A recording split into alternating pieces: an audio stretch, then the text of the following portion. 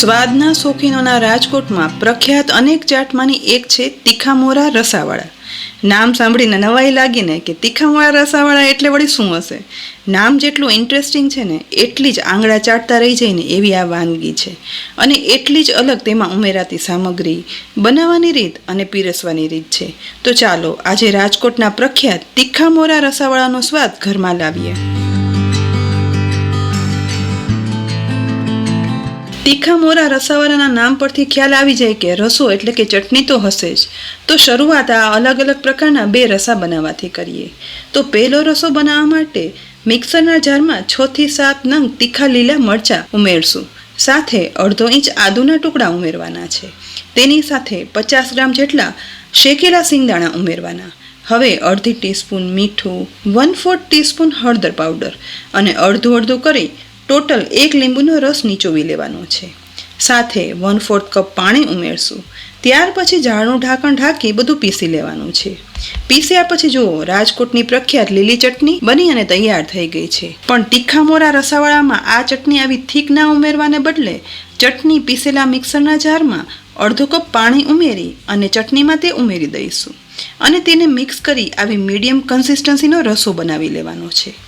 ઉપરથી થોડી એવી સમારેલી કોથમીર પણ ઉમેરી દઈશું અને ચટણીમાં મિક્સ કરી લઈએ. આ બનતી લીલી ચટણીથી જ આ તીખામોરા રસાવાળાનો એક ખાસ સ્વાદ આવે છે. હવે બીજો રસો બનાવવા માટે 50 ગ્રામ આંબલી અને 100 ગ્રામ ખજૂરના બીજ કાઢી પલાળી અને ઉકાળીને રાખ્યા છે.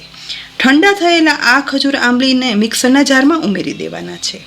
સાથે સાથે ઉકાળેલું પાણી છે ને તે પણ ઉમેરી દઈએ અને હવે તેમાં 1 ટીસ્પૂન લાલ મરચું પાવડર, અડધી ટીસ્પૂન મીઠું, અડધી ટીસ્પૂન આખું જીરું ઉમેરી દઈશું. મિક્સરનું ઢાંકણ ઢાંકી બધું પીસી લેવાનું છે. પીસ્યા પછી ગળણીમાં આ ખજૂર આંબલીની ચટણી છે ને તે ઉમેરી અને ગાળી લેવાની છે. ચમચા વડે ચલાવતા જઈ અને ગાળ્યા પછી જુઓ, ઉપર ખજૂર આંબલીના રેસા રહેશે અને નીચે તરફ ઘાટો અને સ્મૂથ ખજૂર આંબલીનો તીખો મીઠો રસો બની અને તૈયાર થયો છે.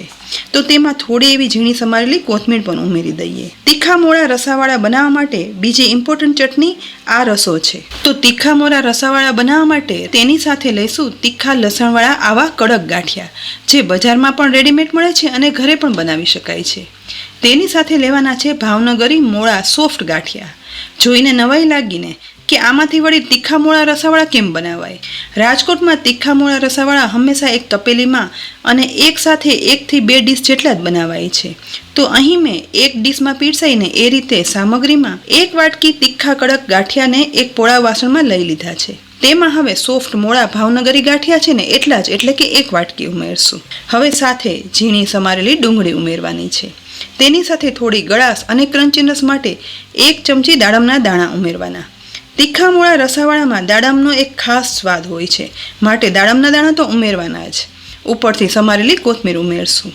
હવે રાજકોટની સ્પેશિયલ તીખી લીલી ચટણી 3 ચમચી જેટલી ઉમેરવાની છે. બધું જ એકદમ સરસ રીતે ચલાવી અને મિક્સ કરવાનું છે. તીખામોરા રસાવાળામાં તીખી લીલી ચટણીનો એક ખાસ સ્વાદ હોય છે, માટે તીખા અને મોરા બંને ગાંઠિયા આ ચટણી વડે કવર થાય ને એટલી વધારે ચટણી જોઈએ ને એટલી ઉમેરવાની. તીખી લીલી ચટણી એકદમ સરસ ગાંઠિયામાં મિક્સ થઈ ગયા પછી હવે ફક્ત 1 ચમચી જેટલી ખાટી મીઠી ચટણી ઉમેરવાની છે અને માત્ર સહેજ જ એવું ચલાવી અને મિક્સ કરી લેવાનું.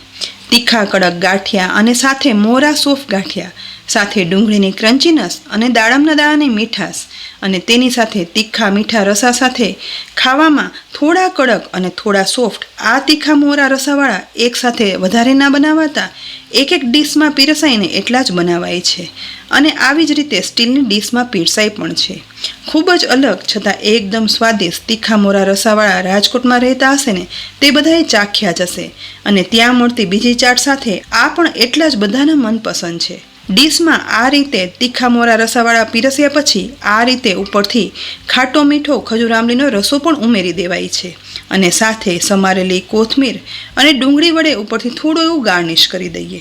અને આ રીતે તીખામોરા રસાવાળા બની અને તૈયાર થઈ જાય ને પછી ફક્ત 1 જ ચમચી ચાખશો ને તો પછી બીજી ચાટ સાથે હંમેશા આ ચાટ બનાવશો જ અને ખાશો જ. તીખામોરા રસાવાળાની આ રેસીપી તમને કેવી લાગી કોમેન્ટ બોક્સમાં લખી અને જરૂરથી કહેજો.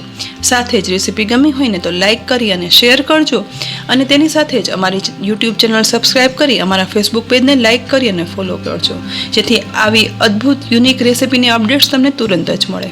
ફરી મળશું ઉપયોગી રેસીપી સાથે. ત્યાં સુધી આવજો.